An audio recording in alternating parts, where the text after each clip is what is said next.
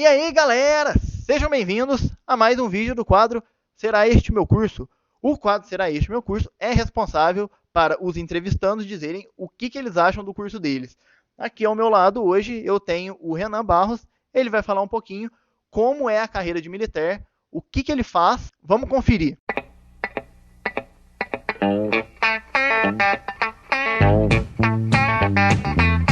Então, Renan, quem é você? Fala um pouco mais de você, quem é você e o que você faz.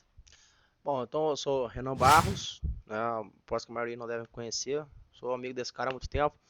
E sou sargento do Exército também há bastante tempo, há 6 anos e meio já, que eu já estou nessa profissão. A gente vai falar um pouquinho dessa profissão para vocês agora. E, Renan, o que te motivou a ser sargento na época?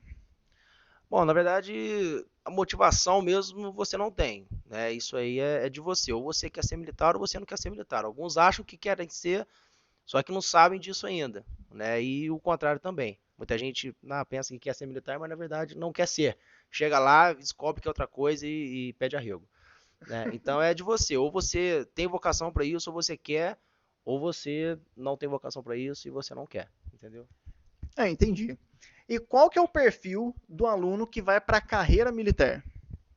Primeira coisa é abdicação. O cara abdica de muita coisa. Abdica de ficar próximo da família, né? Abdica do conforto de casa, das amizades. O prejuízo maior seria esse mesmo, né? O cara fica longe de casa, fica longe da família, dorme pouco, né? Se alimenta bem, mas dorme pouco, é bem cansativo, é muita instrução, é muito campo, né? Então, assim, é bem difícil, não é fácil, não. E a sua visão em relação à carreira mudou depois que você já terminou de cursar? Não, basicamente não. Basicamente, quando a gente está na escola, a gente já sabe bem o que vai fazer depois que formar, né? A gente já. Porque o exército não muda, o exército é um só, né? Então, quando a gente já entra, é aquilo que a gente aprende desde a época da época do Guararapes, 368 anos atrás. Aliás, essa informação está errada, né? Já tem que atualizar. Então, desde a época de Guararapes, o exército basicamente é o mesmo. Não muda depois que você se forma, entendeu? Não tem muita atualização, é tudo na base da hierarquia e disciplina, e não tem muita. Não, quando você é aluno é uma coisa, depois que você se forma é outra. É lógico, a cobrança quando você é aluno, porque por você estar em fase de formação, você não tem tanta responsabilidade, você só precisa saber o que você tem que fazer, na onde que você tem que fazer e o horário que você tem que fazer. Depois que você se forma, você recebe muito mais responsabilidades que você não tinha na época de aluno. Então isso muda a parte da responsabilidade. Você tem muito mais responsabilidade que antigamente você não tinha, né? Você lida, né, no meu caso que sou sargento, você é líder de pequenas frações. Então eu sou responsável por uma pequena fração, coisa que quando eu era aluno eu não tinha essa responsabilidade. Acho que o que muda basicamente é isso. Mas em questão do exército em si não muda nada. Muito bom. E qual que é a diferença, uma diferença básica, da Escola de Sargento das Armas, a ESA, para a Academia de Agulhas Negras? Sim, na verdade, as duas formas de ingresso é através de concurso público, né? Através de inscrição pela prova, né? A prova da ESA ou da SpaceX, né? Porque a prova da ESA o cara se forma sargento, praça do Exército.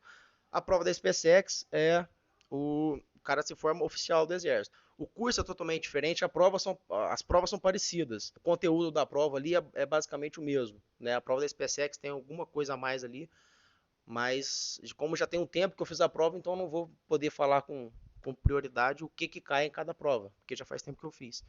Mas basicamente, a prova da ESA, o cara ele ingressa, ele vai fazer um período básico, são 13 organizações militares, espalhado pelo Brasil todo. Depois o cara se especializa, ou o cara vai para a ESA, que é na cidade de Três Corações, que ele vai se formar combatente, ou o cara vai para a parte administrativa, a parte logística do Exército, né, que é lá na SLOG no Rio de Janeiro, né? E tem a parte de aviação e músico também, que isso aí o cara já escolhe no ato da inscrição da prova, né? O cara já escolhe se que vai combatente logística, músico ou aviação.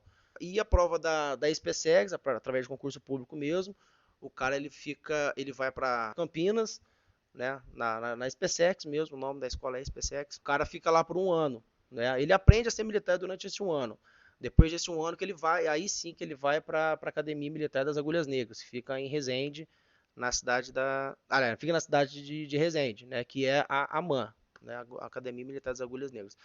E a diferença é que o cara na prova da ESA, o cara ele se forma sargento, né, ele se forma terceiro sargento, né, e no final, ao fim da carreira, né, o posto máximo que ele atinge é capitão, né? Já o cara que faz a prova para a SpaceX, ele depois de formado, ele já sai como aspirante a oficial e o posto máximo que ele chega é general de exército, né? Em tempos de paz, em tempos de guerra seria marechal, mas hoje em dia o posto maior é general de exército.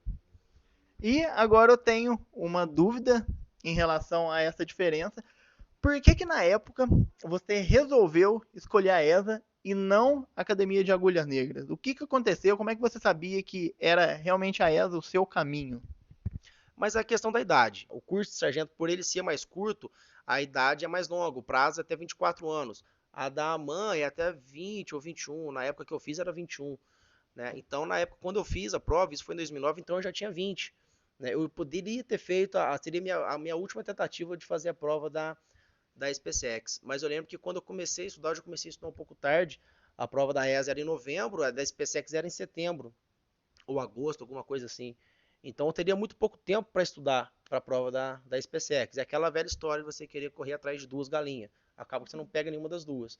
Então, pelo saber do meu pouco tempo que eu tinha para estudar para a prova da SpaceX, eu optei em focar na prova da ESA, estudar somente para a prova da ESA, e consegui, logrei êxito na prova, né? Passei de primeiro na prova. E qual que é a dica que você dá para quem está pensando em seguir no ramo, para aquela pessoa que nos assistiu e falou, pô, eu acho que é isso mesmo. Tem alguma coisa para falar, alguma consideração?